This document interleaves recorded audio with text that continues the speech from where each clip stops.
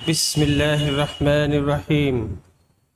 الحمد لله رب العالمين، والصلاة والسلام على سيد المرسلين محمد وعلى آله وأصحابه ومن تبعهم بإحسان إلى يوم الدين، وبعد.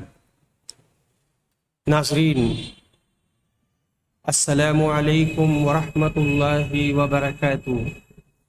باب اداء الخمس من الایمان.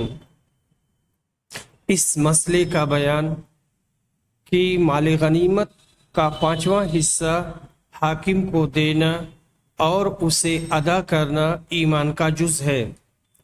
قال الامام البخاری رحمہ اللہ حدثنا علی بن الجعد قال اخبرنا شعبہ عن ابی جمرہ قال كنت اقعد مع ابن عباس يجلسني سريرا فقال اقم عندي حتى اجعل لك سهما من مالي فاقمت معه شهرين ثم قال ان وفد عبد القيس لما اتوا النبي صلى الله عليه وسلم قال من القوم او من الوفد قالوا ربيع قال مرحبا بالقوم او بالوفد غير خزايا ولا ندامة فقالوا يا رسول الله إنا لا نستطيع أن نأتيك إلا في الشهر الحرام وبيننا وبينك هذا الحي من كفار مضر فمرنا بأمر فصل نخبر به من وراءنا وندخل به الجنة. وسألوه عن الأشربة فأمرهم بأربع ونهاهم عن أربع. أمرهم بالإيمان بالله وحده قال أتدرون ما الإيمان بالله وحده قالوا الله ورسوله أعلم قال شهادة أن لا إله إلا الله وأن محمدا رسول الله وإقام الصلاة وإيتاء الزكاة وصيام رمضان وأن توتوا من المغنم الخمس. ونهاهم عن أربع عن الحنتم والدباء والنقير والمزفة وربما قال المخير وقال احفظوهن وأخبروا بهن من وراءكم. مال غنیمت سے 5واں نکالنا اسے خمس کہا جاتا ہے، تو یہ بھی ایمان کا جز ہے. یہاں پر جو روایت ہے وہ ابو جمرہ کی ہے. کہتے ہیں میں ابن عباس کے پاس بیٹھا کرتا تھا، وہ ہمیں اپنی چارپائی پر بٹھاتے تھے. ایک دن انہوں نے ہم سے کہا کہ میرے پاس بیٹھو، میں اپنے مال میں سے تم کو کچھ حصہ دوں گا. میں ان کے ساتھ 2 مہینے تک رہا. پھر کہتے ہیں کہ عبد القیس کا وفد آیا. یہ وفد 14 افراد پر مشتمل تھا یا 40 لوگ تھے. جب یہ نبی صلی اللہ علیہ وسلم کے پاس آئے تو آپ نے کہا آپ کون لوگ ہیں، کون سا وفد ہے، یا آپ حضرات کون ہیں. یہاں ایک طرح سے مہمان کو مانوس کرنا ہے.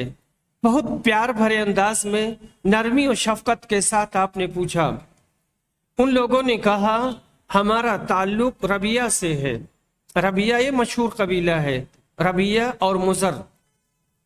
آپ نے کہا مرحبا بالقوم او بالوفد، آپ لوگوں کا استقبال ہے، ہم آپ کا استقبال کرتے ہیں. مرحبا، آپ غیر خزایا ولا ندامہ، خوش آمدید ہے جو نہ شرمندہ ہوئے، نہ ذلیل ہوئے، نہ رسوا ہوئے، کہ قید نہیں کیے گئے اور اپنے آپ ہمارے پاس چلے آئے. فقالو، ان لوگوں نے کہا اللہ کے رسول، ہم آپ کے پاس صرف حرام مہینوں ہی میں آ سکتے ہیں. حرام مہینے میں ایک دوسرے سے جنگ نہیں کرتے تھے، جھگڑا نہیں کرتے تھے، مار پیٹ نہیں کرتے تھے. اور یہ 4 مہینے ہیں، ذیقعد، ذی الحج، محرم اور رجب. ہمارے اور آپ کے درمیان مضر کے کفار کا یہ قبیلہ حائل ہے. آپ ہمیں کچھ فیصلہ کن چیزیں بتا دیجئے جسے ہم خود اس پر عمل کریں اور واپس جا کر کے اپنے خاندان اور قبیلے والوں کو بتائیں، جن کو ہم پیچھے چھوڑ کر آئے ہیں ان کو بھی جا کر بتائیں، اور اس کے ذریعہ سے ہم جنت میں داخل ہو جائیں۔ اور ان لوگوں نے نبی صلی اللہ علیہ وسلم سے پینے والی چیزوں کے بارے میں بھی پوچھا تھا، تو آپ نے ان لوگوں کو 4 چیزوں کا حکم دیا تھا اور 4 چیزوں سے روکا تھا۔ ان کو اس بات کا حکم دیا تھا کہ وہ اکیلے اللہ پر ایمان رکھیں، یعنی اللہ اکیلا ہے اور اس کے ساتھ کوئی شریک نہیں۔ آپ نے کہا جانتے ہو کہ مل ایمان باللہ وحدہ، یہ کیا ہے؟ اللہ پر ایمان لانا کیا ہے؟ ان لوگوں نے کہا اللہ اور اس کے رسول زیادہ جانتے ہیں۔ کہا اس کا معنی یہ ہے کہ لا الہ الا اللہ کی گواہی دینا اور اس بات کی بھی گواہی دینا کہ محمد اللہ کے رسول ہیں، نماز قائم کرنا، زکوٰۃ دینا اور رمضان کا روزہ رکھنا، اور تم مال غنیمت میں سے 5واں حصہ نکالو، خمس مال غنیمت میں سے 5واں حصہ نکالو۔ اور ان کو 4 چیزوں سے روکا، ہنتم سے، یہ سبز رنگ کا گھڑا ہوتا ہے، دبا سے، یہ کدو سوکھی ہوئی لوکی، وہ اندر کی چیزیں کریت کر نکال دی جاتی ہے یا نکال دی جاتی ہیں، اور اس کے بعد میں وہ ایک برتن بن جاتا ہے، اس کو دبا کہا جاتا ہے۔ اور نقیر، یہ بھی لکڑی کا برتن ہے، اس کو کٹھوت کہتے ہیں۔ عربی میں کہتے ہیں کہ لکڑی لینا، جڑ کی لکڑی لینا، کریت کر کے اسے پیالے کی طرح بنا لینا۔ مصفت یا مقیر دونوں کا معنی ایک ہے، کار لگا ہوا یا زفت لگا ہوا، تارکول لگا ہوا برتن۔ نبی صلی اللہ علیہ وسلم نے کہا تھا احفظوہن، تم لوگ اسے یاد کر لو، وَأَخْبِرُوا بِهِنَّ مَنْ وَرَاءَكُمْ، اور تمہارے پیچھے، تمہارے گاؤں میں اور شہر میں جو لوگ ہیں ان کو جا کر کے بتانا اور ان کو اس پر عمل کروانا۔ امام بخاری رحمہ اللہ نے یہ بتایا ہے کہ مال غنیمت سے 5واں حصہ نکالنا ایمان کا جز ہے۔ آنے والوں نے نبی صلی اللہ علیہ وسلم سے یہ سوال کیا کہ ایسے کام اور اعمال بتائیں جن سے جنت میں داخل ہونا ممکن ہو، تو آپ نے ان کو جو اعمال بتائے ان میں اداء الخمس بھی ہے، اور یہ ایمان کا جز ہے، اور بنا ایمان کے کوئی جنت میں داخل نہیں ہو سکتا۔ ہنتم، سبز گھڑا، مٹی، بال اور خون ملا کر کے، مل کر کے اسے بنایا جاتا ہے، اس میں نبیذ تیار کی جاتی تھی۔ تو یہ بنا گھڑا مٹی، بال اور خون سے، اور اس کے بعد میں اس میں نبیذ بنائی جاتی تھی اور وہ مسکر ہو جاتی تھی اور نشہ کرنے لگتی تھی۔ دبا، سوکھے کدو کا برتن۔ نقیر، کھجور کا تنا کھود کر بنایا گیا برتن۔ مصفت یا مقیر، تارکول ملا ہوا برتن۔ ان برتنوں میں پہلے شراب بنتی تھی، لوگ شراب پیتے تھے اور خوب مست رہتے تھے، اس لیے اسلام نے ان کے استعمال سے روک دیا۔ پھر جب ایمان لوگوں کے دلوں میں مضبوط اور پختہ ہو گیا تو ممانعت منسوخ ہو گئی اور استعمال کرنے کی اجازت دے دی گئی، اور شرط لگا دی گئی کہ مسکر اور نشہ کرنے والی نبیذ نہ پینا۔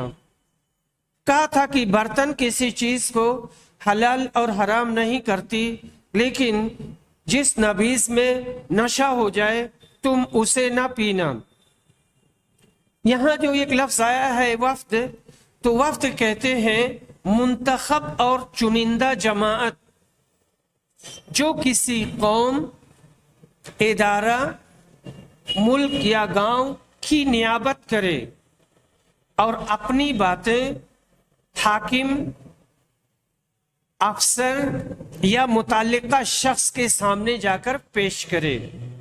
یہ وفد وافد کی جمع ہے۔ اس حدیث کے فوائد کا جہاں تک تعلق ہے تو اس میں جو یہ لفظ آیا ہے اخبروا بہن ما وراءکم، تمہارے پیچھے جو لوگ ہیں ان کو جا کر بتانا، اس سے خبر واحد کی حجیت ثابت ہوتی ہے کہ یہ اکیلا ہی آدمی ہے، اس لیے کہ اسی پر اسے محمول کیا جائے گا اور یہ جا کر کے اپنی قوم کے لوگوں کو بتائے گا۔ ایک آدمی کی ترجمانی پر اعتماد کیا جا سکتا ہے، تعلیم پر اجرت اور معاوضہ لینا جائز ہے۔ ابن عباس نے ابو جمرہ سے کہا تھا، اور یہاں پر جو معنی آیا ہے اس کا وہ یہ ہے تاکہ میں تم کو اپنے مال سے کچھ دوں، تاکہ میں تم کو اپنے مال سے کچھ دوں۔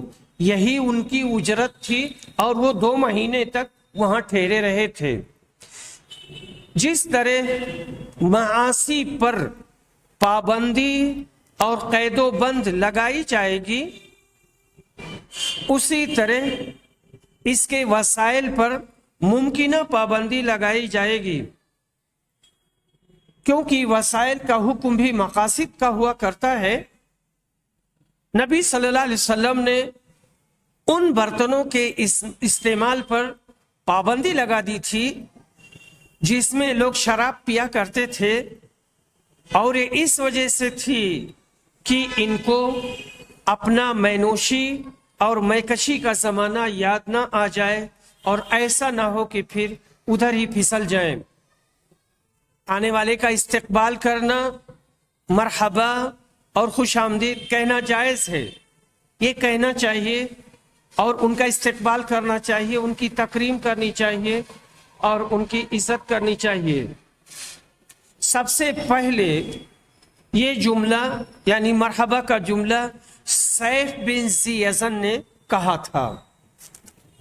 باب ما جاء ان الایمان بالنیہ والحسبہ ولکل امرئ ما نوى، فدخل فيه الایمان والوضوء والصلاة والزكاة والحج والصوم والأكام، وقال الله تعالى قل كل يعمل على شاكلته على نيته، نفقة الرجل على أهله يحتسبها صدقة، وقال ولكن جهاد ونية۔ اس مسئلے کا بیان کہ اعمال کا دار و مدار نیت اور حسبت پر ہے۔ آدمی کو وہی ملے گا جو اس نے نیت کی ہے۔ اس میں ایمان، وضو، نماز، زکوٰۃ، حج، روزہ اور احکام ساری چیزیں شامل ہو جاتی ہیں، اور اللہ تعالیٰ نے فرمایا ہے کہ ہر شخص اپنی نیت کے مطابق عمل کرتا ہے۔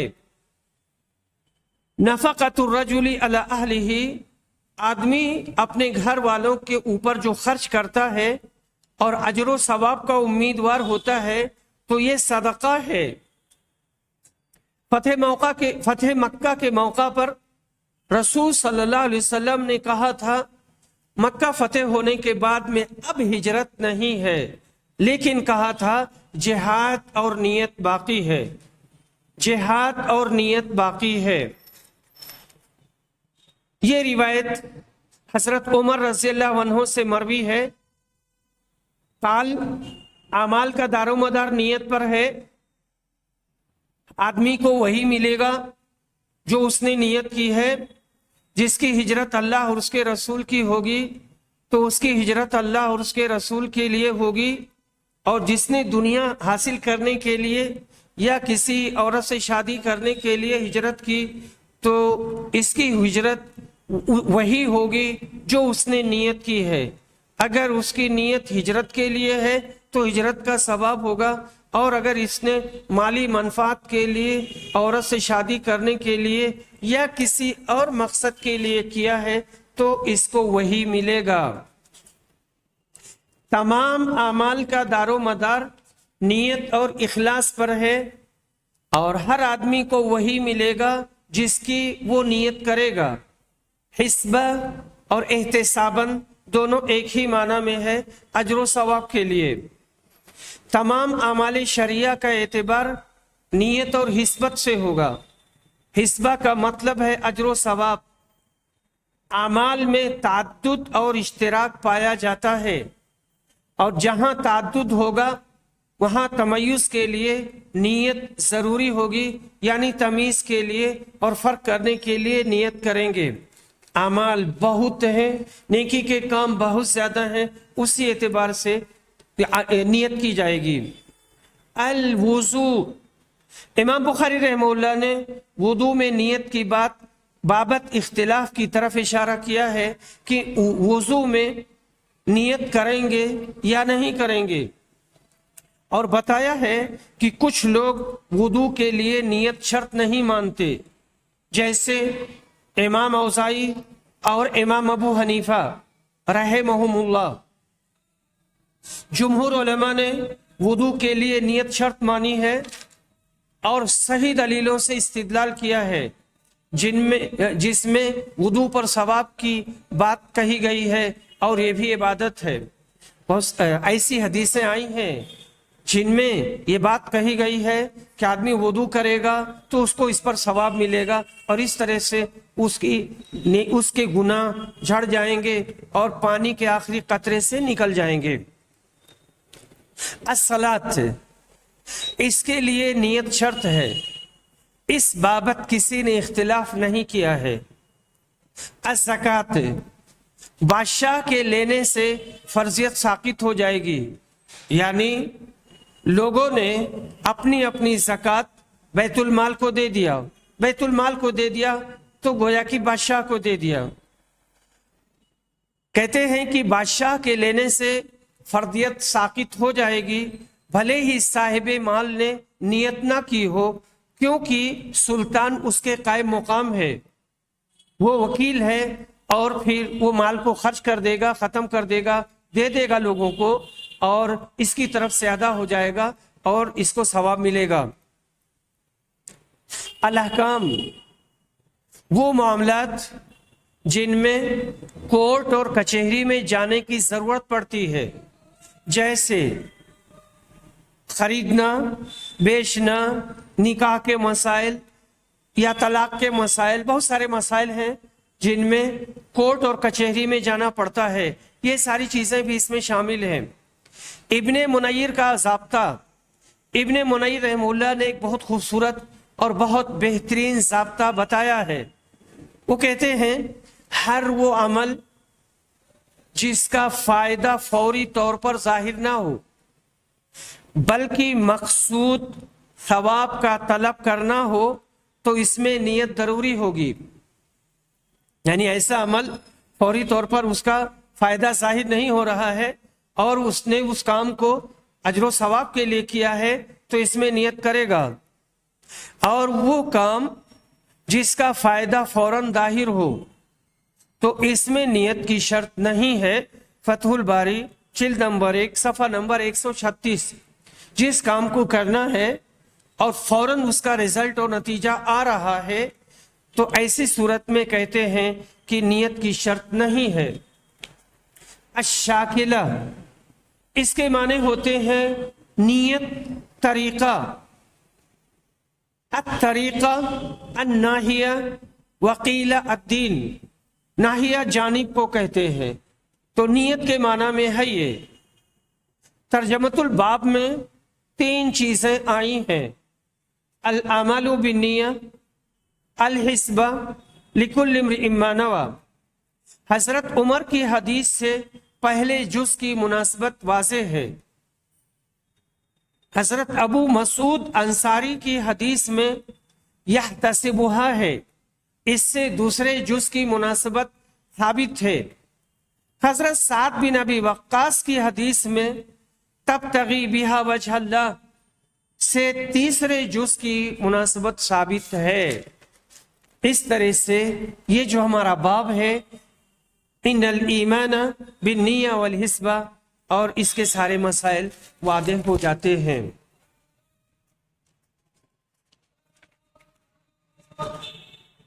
اس کی جو دوسری اور تیسری حدیث ہے اس میں یہ بات آئی ہے کہ اگر آدمی اپنے گھر والوں پر مال خرچ کرتا ہے اور خرچ کرنے سے اس کا مقصد اجر و ثواب بھی ہے، تو ایسی صورت میں یہ اس کے حق میں صدقہ ہوگا۔ اور تیسری حدیث میں رسول صلی اللہ علیہ وسلم نے فرمایا ہے کہ تم جو چیز بھی خرچ کرو گے اور اس سے اجر و ثواب کے طلبگار ہوگے تو اللہ تعالیٰ تم کو اس پر ثواب دے گا، یہاں تک کہ اگر کوئی آدمی خوش طبعی میں اور مذاق میں اپنی بیوی کے منہ میں لقمہ ڈال دیتا ہے تو اس پر بھی اسے اجر ملے گا اور اس پر بھی اسے ثواب ملے گا۔ باب قول النبی صلی اللہ علیہ وسلم الدین والنصیحہ للہ ولرسولہ ولأئمة المسلمین وعامتہم وقولہ تعالی اذا نصحوا للہ ورسولہ۔ نبی صلی اللہ علیہ وسلم کے اس فرمان کا بیان کہ دین خیر خواہی کا نام ہے، اللہ کے لیے، اس کے رسول کے لیے، مسلمانوں کے ائمہ کے لیے اور عام لوگوں کے لیے، اور اللہ کے اس فرمان کا بیان جب وہ اللہ اور اس کے رسول کے لیے خیر خواہی کریں۔ عن جریر بن عبداللہ قال بایعت رسول اللہ صلی اللہ علیہ وسلم علی اقام الصلاة وإیتاء الزکاة والنصح لكل مسلم۔ میں نے رسول صلی اللہ علیہ وسلم سے نماز پڑھنے، زکوٰۃ دینے اور ہر مسلمان کے لیے خیر خواہی کرنے پر بیعت کی تھی۔ اور دوسری حدیث میں ہے کہ مغیرہ بن شعبہ نے خطبہ دیا اور کہا، جریر بن عبداللہ سے میں نے سنا، یہ زیاد بن علاقہ کہتے ہیں، کہ جس دن مغیرہ بن شعبہ کا انتقال ہوا تھا تو انہوں نے کہا اور اللہ کی حمد و ثنا کی اور کہا، آپ لوگ اللہ کا تقوی اختیار کرو، اللہ سے ڈرو، وہ اکیلا ہے، اس کا کوئی شریک نہیں، وقار، سکون اور اطمینان کو لازم پکڑو یہاں تک کہ امیر آ جائیں، اور وہ ابھی آنے والے ہی ہیں۔ ثم قال استعفوا لاميركم، یہ جو تمہارے امیر گزر گئے ہیں ان کے لیے اللہ سے معافی مانگو، عفو درگزر کا مطالبہ کرو، اللہ ان کو معاف کر دے۔ یہ عفو درگزر کو پسند کرتے تھے۔ پھر کہا، اما بعد، میں نبی صلی اللہ علیہ وسلم کے پاس آیا، میں نے کہا تھا کہ میں آپ سے اسلام پر بیعت کرتا ہوں، تو نبی صلی اللہ علیہ وسلم نے بیعت کر لی، معاہدہ کر لیا، اور میرے اوپر یہ شرط لگائی، وَالنَّصْحِ لِكُلِّ مُسْلِمٍ، اور جہاں بہت سی شرطیں لگائیں اسی میں ایک بات تھی، ہر مسلمان کے لیے تم خیر خواہی کرو گے۔ میں نے اس شرط کو قبول کر لیا اور اس پر میں نے بیعت کی۔ اس مسجد کے مالک کی قسم، اس مسجد کے رب کی قسم، میں تمہارا خیر خواہ ہوں۔ پھر انہوں نے استغفار کیا، وَنَزَلَ، اور اتر آئے۔ اس باب سے امام بخاری رحمہ اللہ دو باتیں بتانا چاہتے ہیں۔ نمبر ایک، دین اور نصیحت مترادف ہیں اور نصیحت کے مختلف درجات بتائے گئے ہیں۔ نصیحت اللہ کے لیے،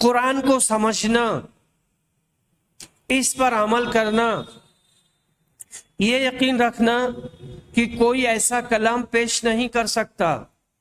نبی صلی اللہ علیہ وسلم کے زمانے میں بہت بڑے بڑے فصحاء اور بلغاء نے کوشش کی تھی، لیکن جواب نہیں دے سکے، اور ان کے نہایت کمزور اور پھسپھسے جو کلام تھے اور عبارتیں تھیں، ان سے قرآن کی حقانیت اور زیادہ واضح ہو گئی اور اس کا چیلنج اور زیادہ نمایاں ہو گیا۔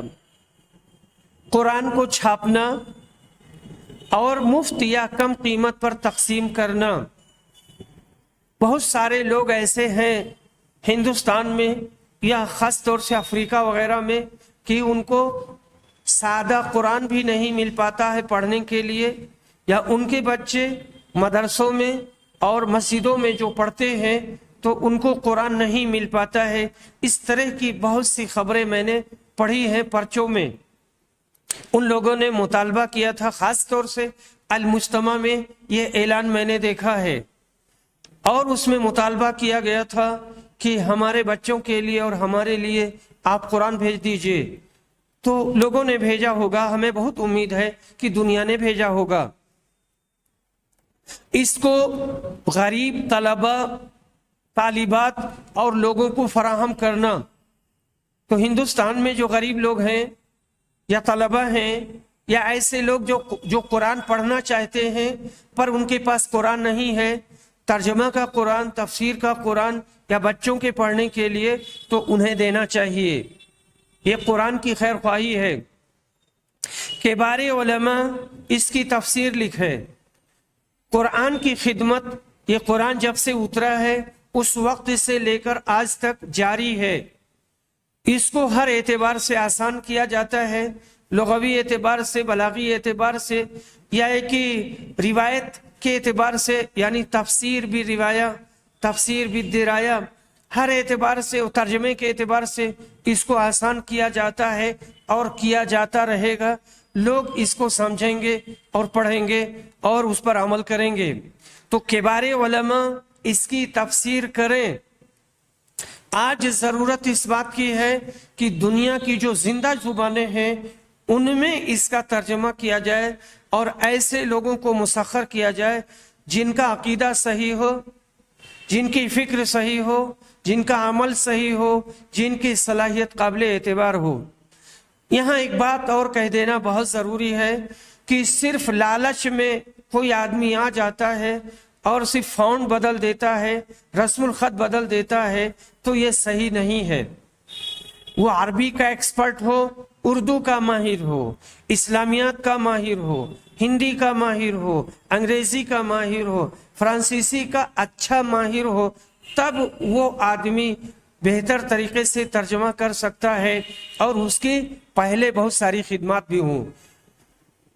دوسری زبانوں میں اس کا ترجمہ کرنا، قرآن کی طرف سے دفاع کرنا، یہ بہت بڑا محاذ ہے۔ قرآن پر بہت اعتراضات کیے جاتے ہیں، معنوی اعتبار سے، حفاظت کے اعتبار سے، اعراب کے اعتبار سے، اور خاص طور سے جو شیعہ ہیں یہ بہت زیادہ اعتراض کرتے، ان کے چینل چلتے، ان کی کتابیں ہیں، ان کے پرچے ہیں، اور مسلسل وہ یہ سب کرتے رہتے ہیں۔ تو ہم اسلام کی طرف سے ساری چیزوں کا دفاع نہیں کر سکتے، لیکن اپنے محدود دائرے میں اور اپنی چھوٹی سی صلاحیت کو بروئے کار لاتے ہوئے ہم جو کر سکتے ہیں وہ کریں۔ النصیحہ للرسول، رسول کی خیر خواہی کیسے ہوگی؟ رسول پر ایمان لانا کہ یہ اللہ کے بھیجے ہوئے ہیں، ان سے محبت کرنا، ان کے حق کو ادا کرنا۔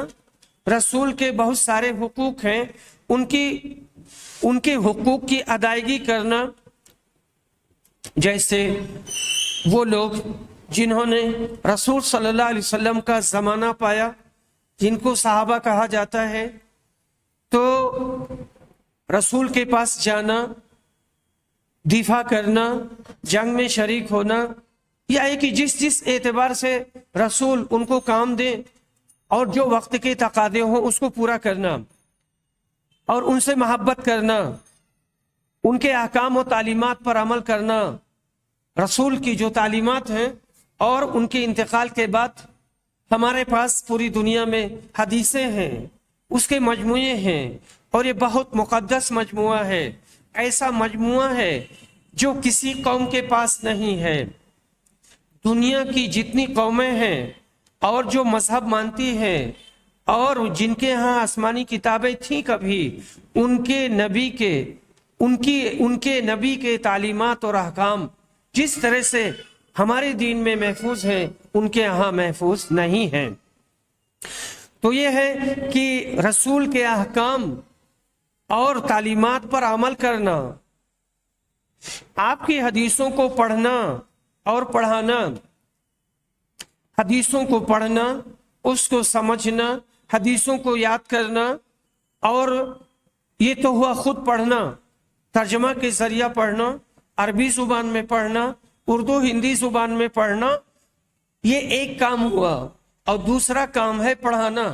تو جو لوگ پڑھانے کی صلاحیت رکھتے ہیں تو وہ پڑھائیں، اور جو لوگ عوام ہیں وہ اپنی صلاحیت کے مطابق اپنے دوست کو، احباب کو، اور جس معاشرے میں وہ رہتا ہے، جہاں کام کرتا ہے، لوگوں کو ایک آدھ حدیث بتا دیا کرے، یا کہ سوشل میڈیا کے ذریعے سے بھی وہ شیئر کر سکتا ہے اور پوری دنیا میں پھیلا سکتا ہے۔ ضرورت کے مطابق ان کا ترجمہ کرنا۔ رسول صلی اللہ علیہ وسلم کی زبان عربی تھی، حدیثیں عربی میں آئیں اور قرآن عربی میں آیا، لیکن اب ضرورت یہ پڑی ہے کہ پوری دنیا میں اس کی تعلیم کو عام کر دیا جائے، اور لوگوں نے اس کو عام کر دیا۔ تو ضرورت کے مطابق ترجمہ کرنا، دنیا کی جتنی بھی زندہ زبانیں ہیں اور مخصوص علاقے میں جو زبانیں زیادہ بولی جاتی ہیں، ان زبانوں میں مناسب انداز میں مناسب آدمی، ماہر آدمی ان کا ترجمہ کرے، اور ضرورت کے مطابق ان کی تشریح کرنا۔ میں مناسب بار بار کہہ رہا ہوں، میں نے دیکھا ہے کہ بہت سارے لوگ مناسب نہیں ہوتے ہیں اور بڑا بڑا کام کر ڈالتے ہیں، بعد میں بہت ساری رسوائی بھی اٹھاتے ہیں اور بہت سی غلطیاں کر بیٹھتے ہیں۔ حدیث کی کتابوں کو چھاپ کر کم قیمت پر یا مفت لوگوں کو تقسیم کرنا اور مفت فراہم کرنا، جیسے ابھی میں نے قرآن کے بارے میں کہا تھا کہ قرآن چھاپیں، تفسیر چھاپیں اور مفت فراہم کریں۔ خاص طور سے علاقے کی زبانوں کی رعایت کریں۔ جیسے ہم لوگ ہندوستان میں ہیں تو قرآن یا حدیث ہندی زبان میں، اردو زبان میں، تامل ہے، ملیالم ہے یا بنگلہ ہے، تو مشہور زبانیں ہیں، ان میں لوگوں کو فراہم کریں۔ بہت بڑی بڑی کتابیں تو شاید نہ تقسیم کی جا سکے، لیکن ان کو علماء کو تو دے ہی دینا چاہیے۔ جو لوگ خطیب ہیں، جو لوگ امام ہیں، مسجدیں چلاتے ہیں، تقریر کرتے ہیں، درس دیتے ہیں، فتویٰ دیتے ہیں، تو ان کو کتابوں کے ذریعہ سے مدد دی جائے، ان کو کتابیں فراہم کی جائیں، ان کا ہاتھ بنا جائے، ان کا پیر بنا جائے، ان کا بازو بنا جائے، ان کا دل و دماغ بنا جائے، اور یہ ساری چیزیں ان کو دے دی جائیں۔ یہ ان کے دماغ کی، دل کی، اور ایک طرح سے ہم کہہ لیں مجازی طور پر جسم کی بھی غذا بنیں گی، اور یہ بہتر سے بہتر طریقے سے کام کریں گے، خطبہ کریں گے، خطبہ دیں گے، خطبہ تیار کریں گے، کتابیں بھی لکھیں گے، فتویٰ بھی دیں گے۔ رسول کی طرف سے دفاع کرنا، یہ رسول اکرم صلی اللہ علیہ وسلم کی شخصیت کی طرف سے دفاع کرنا۔ بہت سارے اعتراضات آتے رہتے ہیں، بہت سی باتیں لوگ کہتے رہتے ہیں، تو ان کی طرف سے دفاع کرنا، یہ جو دفاعی محاذ ہے یہ سب لوگ نہیں کر سکتے۔ جیسے ترجمے کا کام سب نہیں کر سکتے، تحقیق کا کام سب نہیں کر سکتے، کچھ خاص لوگ ہوں گے وہی کریں گے، تو دفاع کا کام خاصی لوگ کریں گے، تو ان کو کرتے رہنا چاہیے۔ اور جمعیتوں کی ذمہ داری ہے، اداروں کی ذمہ داری ہے کہ ایسے افراد پیدا کریں جو قرآن کی طرف سے دفاع کریں، ایسے افراد تیار کریں جو حدیث کی طرف سے دفاع کریں، ایسے افراد تیار کریں جو رسول اکرم صلی اللہ علیہ وسلم کی طرف سے دفاع کریں۔ النصیحہ لأئمۃ المسلمین، مسلمانوں کے ائمہ کی طرف سے، مسلمانوں کے ائمہ کے لیے خیرخواہی کرنا۔ مسلمانوں کے ائمہ کی خیرخواہی یہ ہے، اور مسلمانوں کے ائمہ سے مراد مسلمانوں کے حاکم، یہاں وہ ائمہ مراد نہیں ہے جن کی تقلید کی جاتی ہے، تو حق بات میں ان کا تعاون کریں، یعنی ان کو اپنا خلیفہ تصور کرنا، اپنا خلیفہ ماننا، حق بات میں ان کا تعاون کرنا۔ جہاں کہیں پر بھی یہ بات کہی جاتی ہے کہ اپنے خلیفہ کی بات مانیں، وہاں یہ بات محذوف ہوتا ہے، یعنی محذوف منوی، جس کو عام طور سے کہتے ہیں، یہ بات یہاں انڈرسٹوڈ ہے کہ جو بات شریعت کے موافق ہوگی وہی بات ہے۔ ایسا نہیں ہے کہ شریعت کے مخالف بھی باتیں جو وہ کہیں گے اس کو بھی مانیں گے، لیکن اسے ہر جملے کے بعد کہہ دینا چاہیے تاکہ کسی کو اشکال نہ رہے، اور اگر کوئی نیا آدمی ہے تو اس کو سمجھ جائے۔ حق بات میں حاکم کا تعاون کرنا اور باطل میں اس کا تعاون نہ کرنا، ان کی ساری جائز باتوں کو مانیں، ان کی غلط باتوں کو، حرام باتوں کو نہ مانیں، ان کے خلاف فتنہ کی آگ نہ لگائیں۔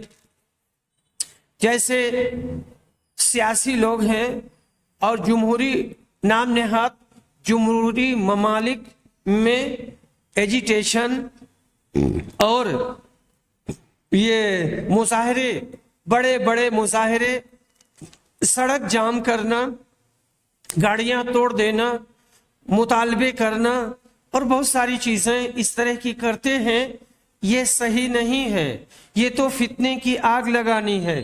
اگرچہ جمہوری ممالک اس کی اجازت دیتے ہیں، ایجیٹیشن چونکہ نام ہی ہے اس لیے میں اس کا نام لے رہا ہوں، ان کے خلاف فتنہ کی آگ نہ لگائیں، یہ بہت بڑا فتنہ ہے اور حکومت کو ہلا کے یہ چیز رکھ دیتی ہے، اگر حکومت میں جان ہے تو، پر اگر حاکم مرا ہوا ہے تو پھر اس سے کچھ نہیں ہوگا۔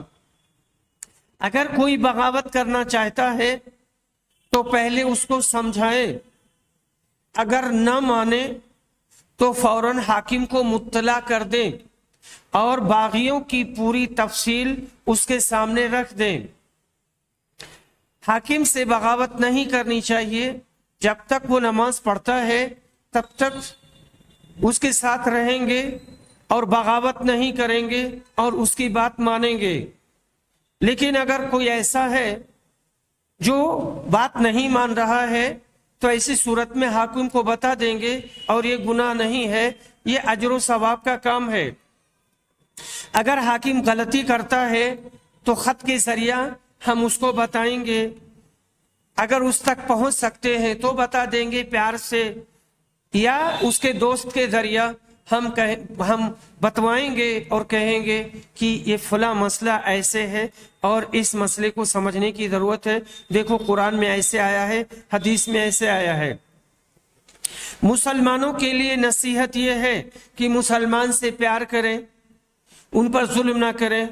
کوئی مسلمان بیمار ہو جائے تو اس کی عیادت کے لیے جائیں، انتقال ہو جائے تو کفن دفن و جنازہ میں شریک ہو، اگر کوئی دعوت کے لیے بلائے تو اسے قبول کریں، کسی سے ملاقات ہو تو سلام کریں، چھینکنے والا جب الحمدللہ کہے تو اس کا جواب دیں، اگر کوئی قرض کے بوجھ میں دبا ہے تو اس کی مدد کریں، کسی مسلمان کی مصیبت پر خوش نہ ہو، مسلمان کے کسی گناہ پر آر نہ دلائیں، اس کے دکھ درد میں شریک ہوں، مسلمان کو حقیر اور نیچ نہ سمجھیں، جو اپنے لیے پسند کرے وہ وہی اس کے لیے پسند کرے، نہ اس کی غیبت کریں اور نہ اس کی غیبت کے بارے میں اور نہ اس کی غیبت سنیں، ان کے بارے میں اچھا گمان رکھیں، اس کی غلطی معاف کر دے، بڑوں کی عزت کرے، چھوٹوں سے پیار کرے، اس کو دھوکہ نہ دے، مسلمان کی کسی چیز میں خیانت نہ کرے، نرمی اور اچھے اخلاق کا معاملہ کرے۔ النصح لکل مسلم کا مطلب یہ ہے کہ ہر مسلمان کے لیے خیر خواہی کرے۔ یہ بڑی لمبی بات میں نے ابھی مسلم کے بارے میں بتائی کہ کیسے خیر خواہی کی جاتی ہے۔ اس میں یہ خیر خواہی صرف مسلمان کے ساتھ خاص نہیں ہے، بلکہ سب کے لیے یہ خیر خواہی کی جائے گی۔ امام بخاری رحمہ اللہ نے النصیحہ پر کتاب الایمان کو ختم کیا ہے۔ اس کی حکمت یہ ہے کہ امام صاحب یہ اشارہ کر رہے ہیں کہ صحیح احادیث کے ذریعہ میں نے اعمال صالحہ کی طرف جو رہنمائی کی ہے وہ اسی حدیث کے تقاضے کے مطابق خیر خواہی کی نیت سے کی ہے۔ اور ایک جگہ ایک لفظ آیا ہے وَنَزَلْ، تو اس سے یہ محسوس ہوتا ہے کہ ممبر سے خطبہ دیا تھا، انہوں نے ممبر سے خطبہ دیا تھا، تو ممبر سے خطبہ دیا تو اتر آئے، یا ہے کہ اس سے مراد بیٹھنا ہے، کیونکہ شروع میں قامہ ہے، اسی کے مقابل میں نزلہ ہے، یہ استعمال کیا گیا ہے۔ وآخر دعوانا ان الحمد للہ رب العالمین۔